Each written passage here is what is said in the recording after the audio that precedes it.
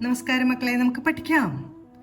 ഇന്ന് നമ്മൾ കഴിഞ്ഞ ക്ലാസ്സിൽ പഠിച്ച എൽ എന്ന ചിഹ്നക്ഷരം വരുന്ന കുറച്ച് അധികം വാക്കുകളാണ് പഠിക്കുന്നത്. വായിക്കാം.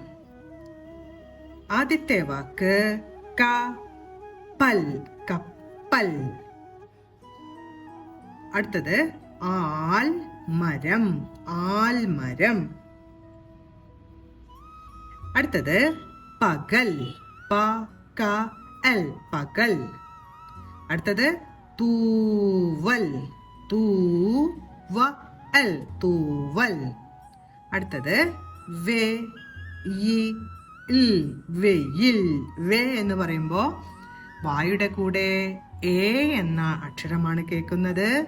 അതുകൊണ്ട് വായുടെ കൂടെ ചേർന്ന് കേൾക്കുന്നത് കൊണ്ട് എയുടെ ചിഹ്നമാണ് നമ്മൾ എഴുതുന്നത്. വെയിൽ. അടുത്തത് ഇവിടെ വായുടെ കൂടെ എ എന്ന ശബ്ദമാണ് കേൾക്കുന്നത്. നീട്ടി പറയുന്ന എ എന്ന ശബ്ദമാണ്. അപ്പൊ നമുക്ക് എ എന്ന ചിഹ്നം വരച്ച് വായ എഴുതി. വേനൽ കാലം. വേനൽ പ്ലസ് കാലം, വേനൽ കാലം. വേനൽ എന്ന വാക്കും കാലം എന്ന വാക്കും ചേർത്ത് ഒരുമിച്ച് എഴുതുമ്പോൾ ഇവിടെ ഉറച്ചുച്ചരിക്കുന്ന രീതിയിൽ കൂട്ടക്ഷരം വരും. വേനൽ കാലം. അതുപോലെ തന്നെയാണ് അയൽക്കാർ. അയൽക്കാർ. അടുത്തത് പാൽക്കാരൻ. പാൽ എന്ന വാക്കും കാരൻ എന്ന വാക്കും കൂടെ ചേർത്തപ്പോൾ പാൽക്കാരനായി. ഇവിടെ കൂട്ടക്ഷരം വേണം.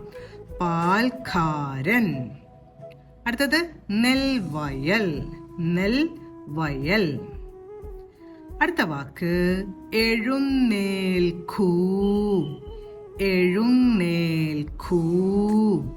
ഓരോ വാക്കുകളും പറഞ്ഞുകൊണ്ട് എഴുതി പഠിക്കാൻ ശ്രമിക്കണം.